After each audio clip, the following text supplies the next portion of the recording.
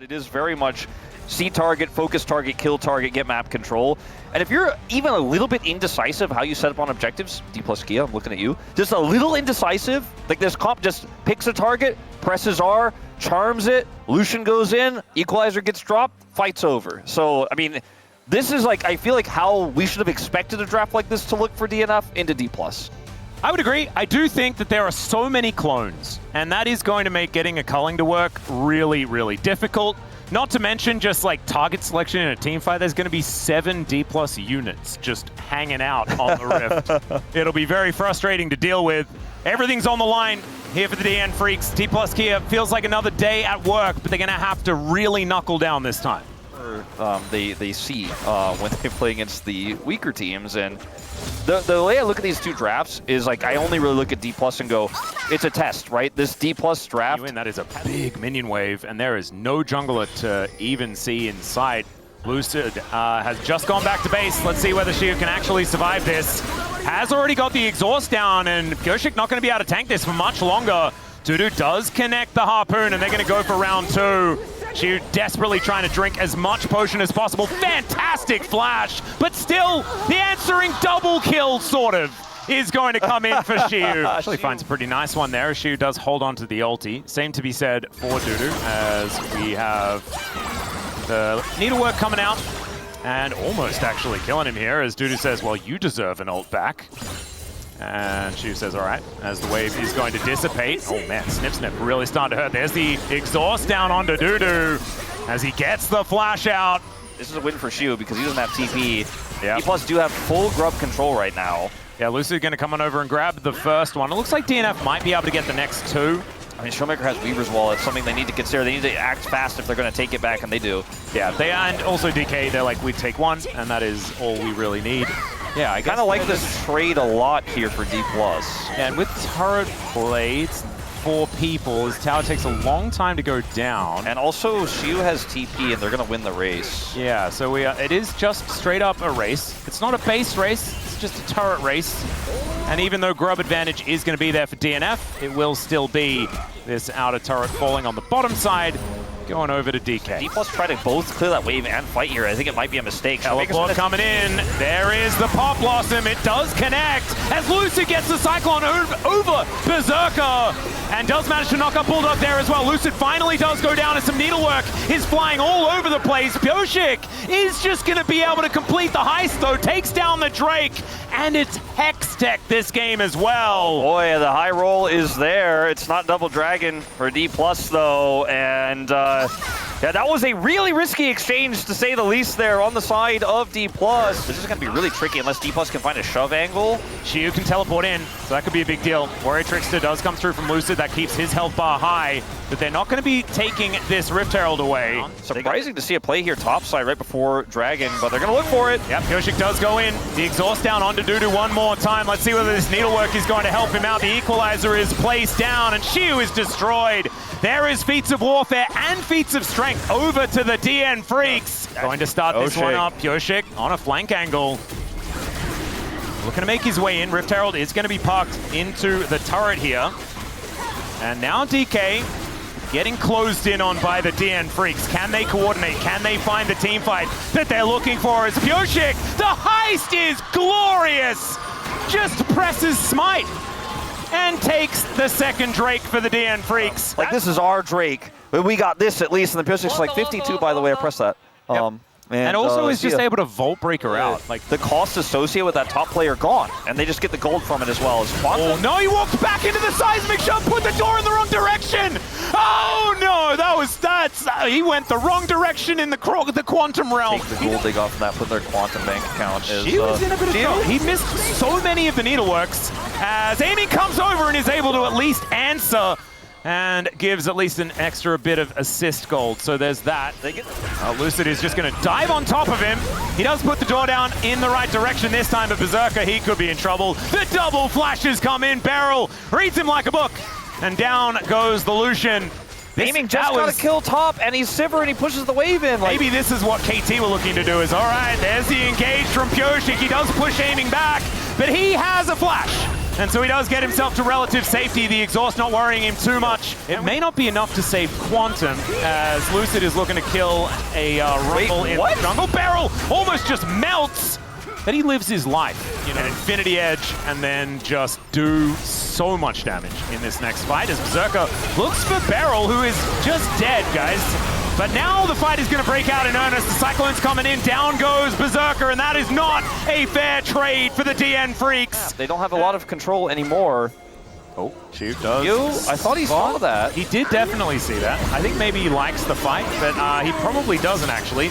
As, let's see, there he goes. Oh, able to dash, so keeps himself alive for a little bit longer, but is still dead. Lucid now trying to come down, but they're not going to get there in time. But the needlework now on cooldown as DN Freaks looking for an angle. Pop Blossom's going to pick up two of them, though, as now Bulldog could be also, no. Never mind, not isolated, because Showmaker jumps off a little bit late.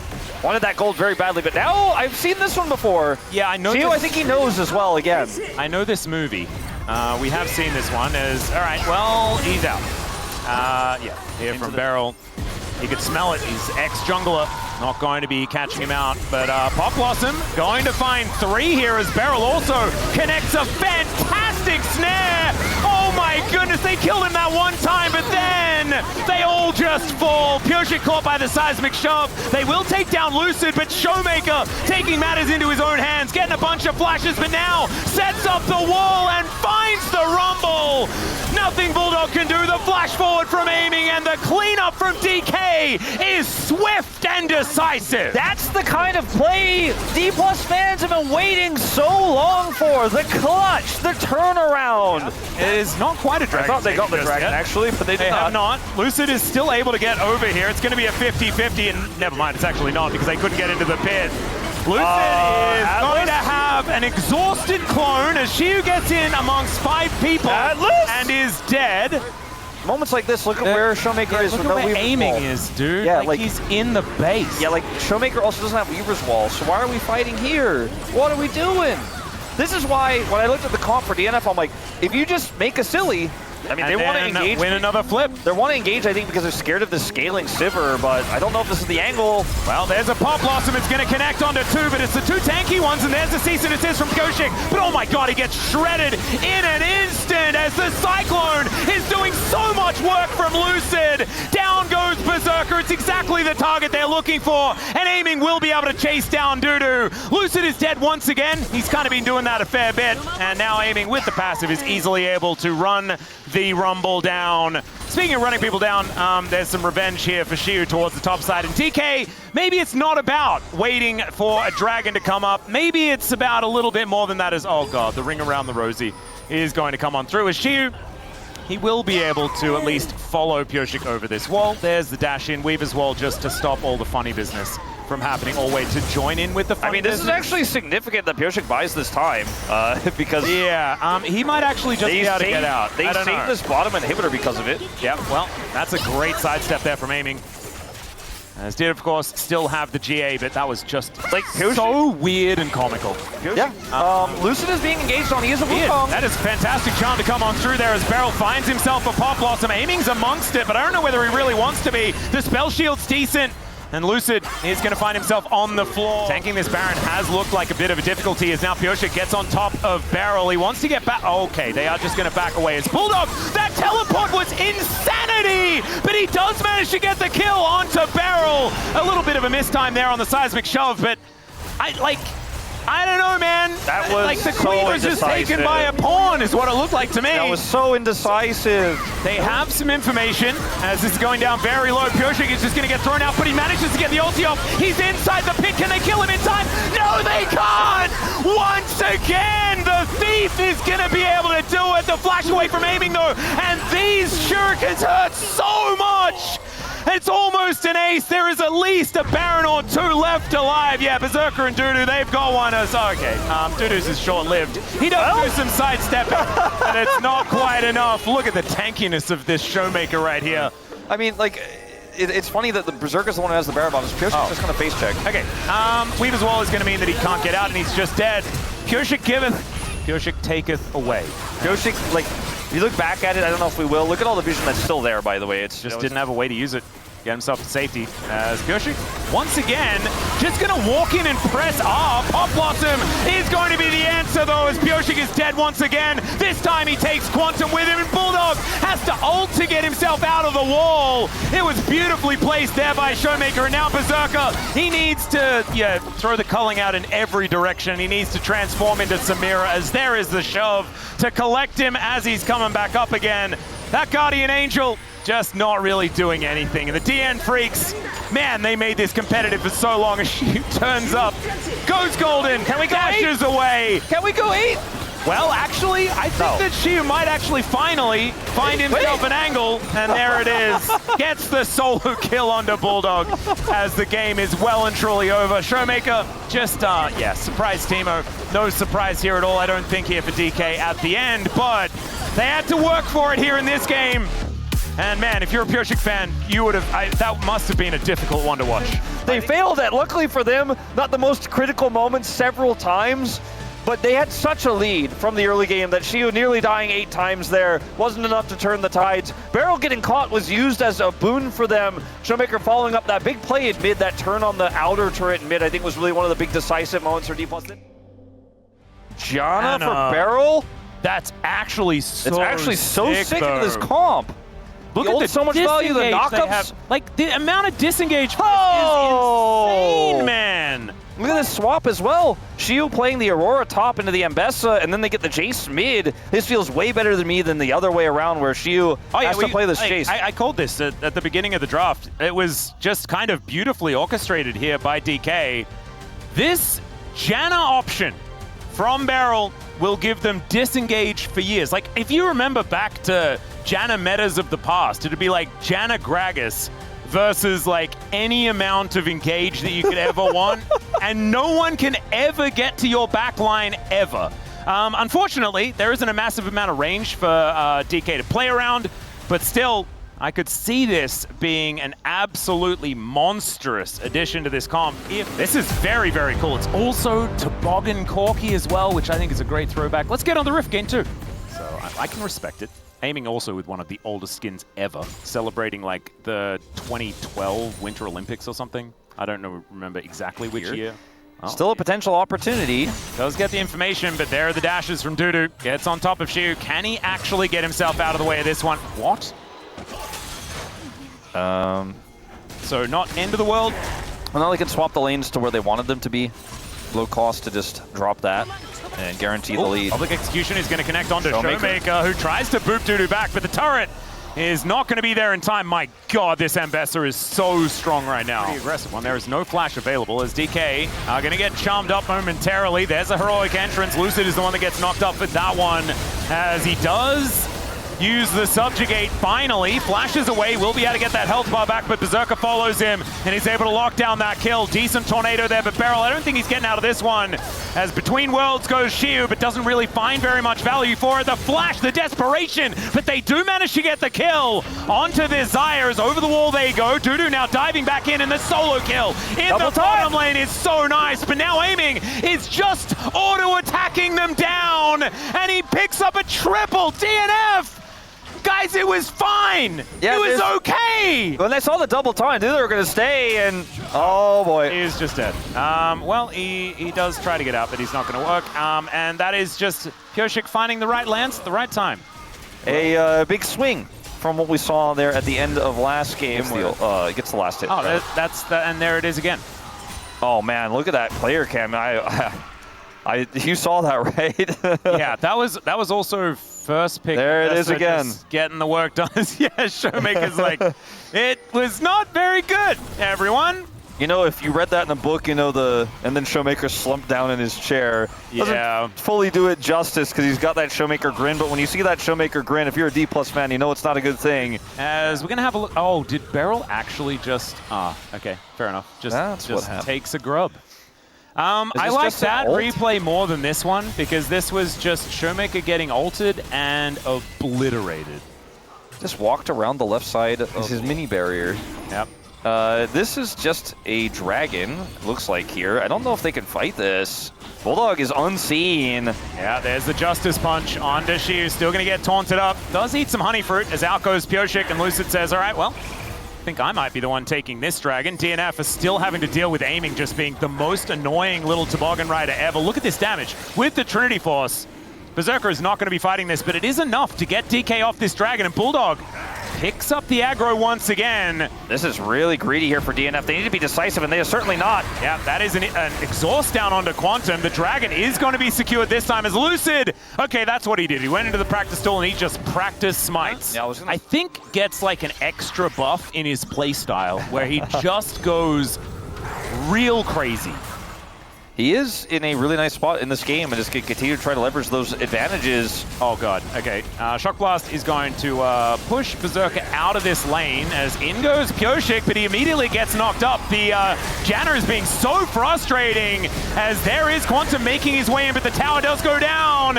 They do take out the Trundle as Bulldog just gets boot back. Great flash to get out of the way of Dudu. That could have been 3 dead because this Ambassador is so big.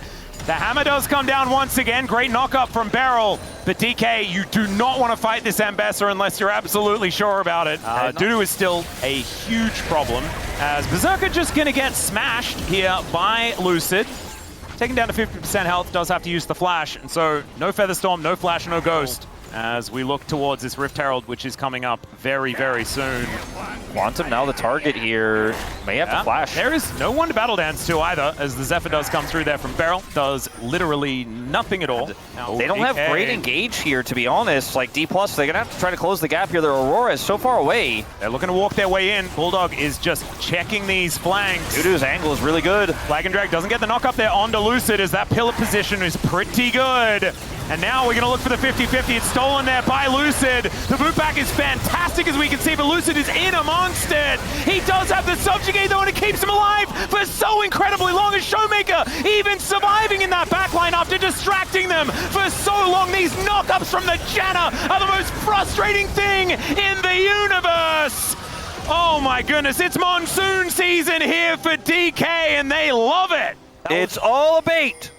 Aiming is flanking.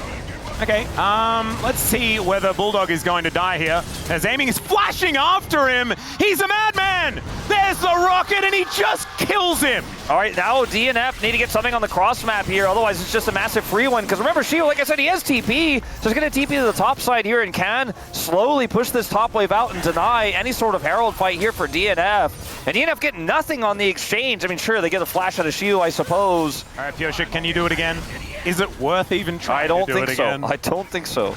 Yeah, I think he was definitely dead, as aiming is even going to be the one that grabs a little bit of extra gold. Gold King, baby! Yeah, I think he might be getting it this week. As, all right, Pyoshik going to get the trophy treatment, as he does flag drag, but the burn is still going to come on through. There was even a rocket following him.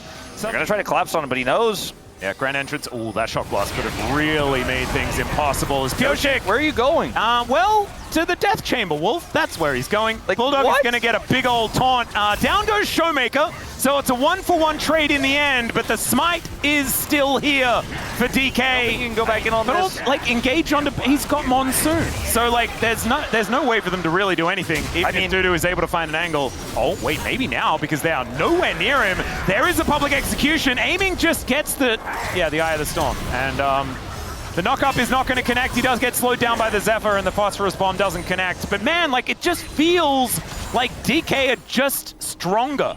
And there is not a whole lot of counters to the whole situation. There's the knock-up as they look for aiming. Monsoon says no. Quantum is going to be able to catch back up to him, but somehow the Ambassador is already dead. The 2 strongest members have been taken down, and maybe actually I was wrong. Maybe, in fact, Lucid is the strongest member on this team, because this Trundle has taken his tribute, and he might be taking it to the Baron Pit.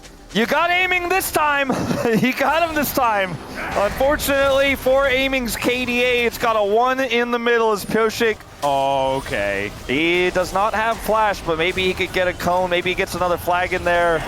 I don't think so. I don't know whether Shiu survives if he tries to go for this one, as Beryl is just being annoying.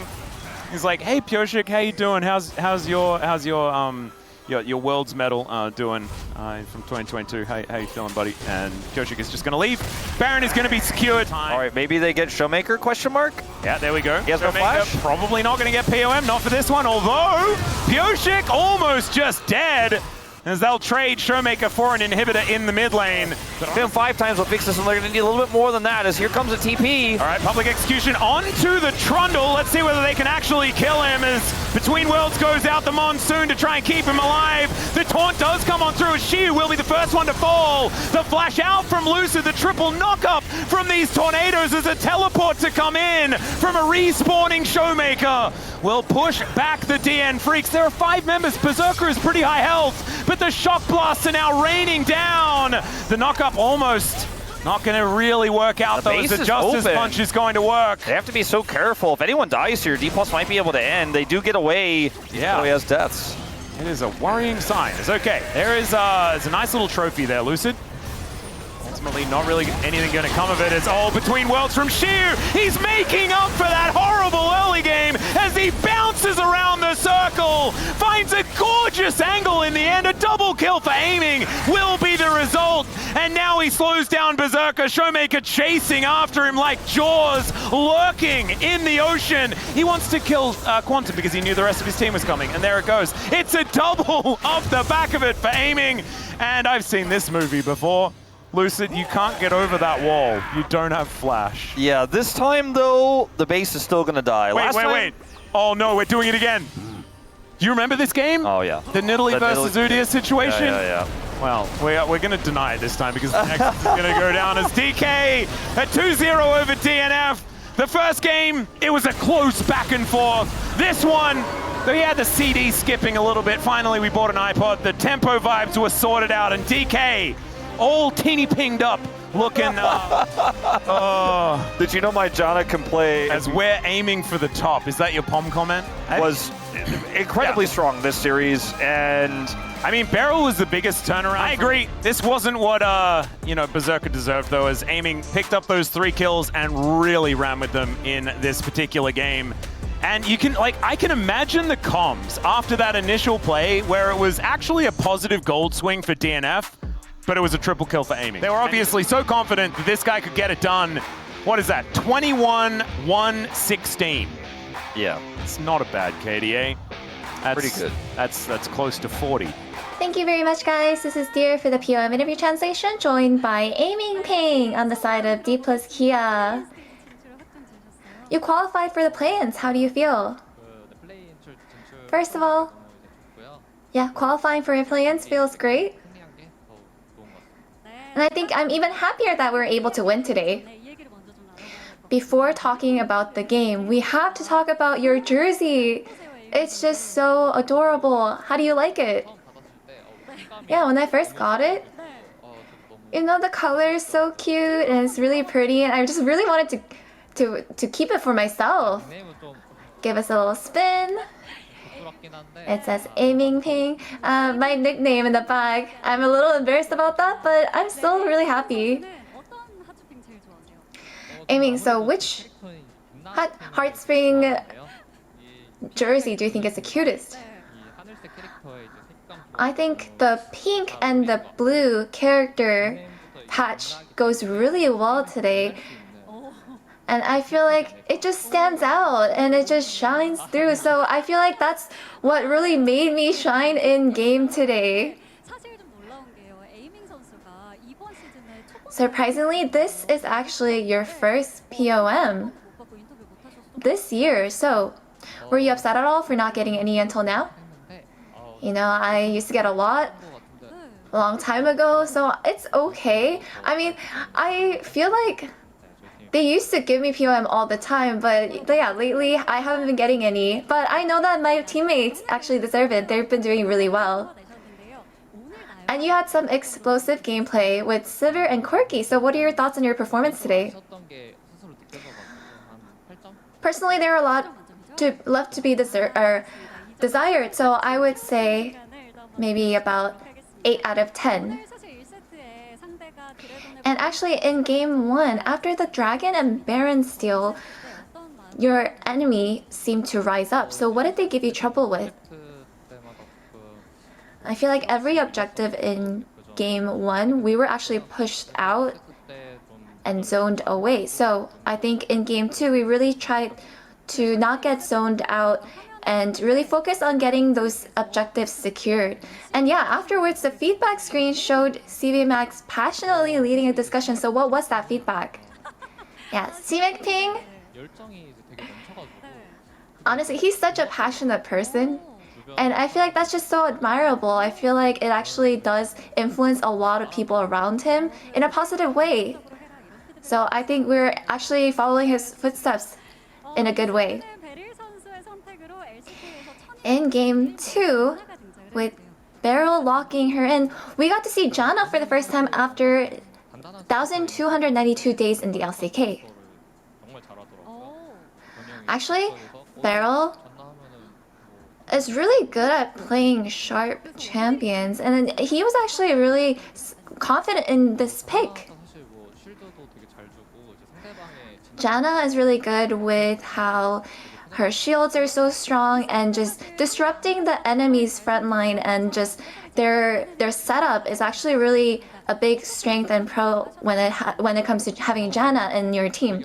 And in game 2, the enemy Mbessa kept getting solo kills, scaling as intended. So what was the game plan to deal with her?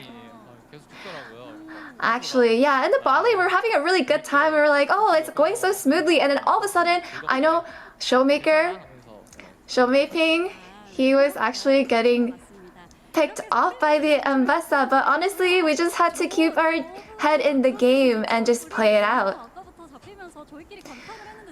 Have you noticed that fan sign? Do you like it? Yeah, I noticed that I yawn a lot during game. I think it's really funny. It's very cute. She did a great job. And now that play-ins are locked in, it's time to aim higher. Your next opponent is DRX. What are your goals? I feel like our team, individually and team-wise, I feel like we are evolving over time. So I feel like reflecting back on myself, I feel like I'm doing the best I have this year especially. So I hope that we are able to continue rising higher and performing better.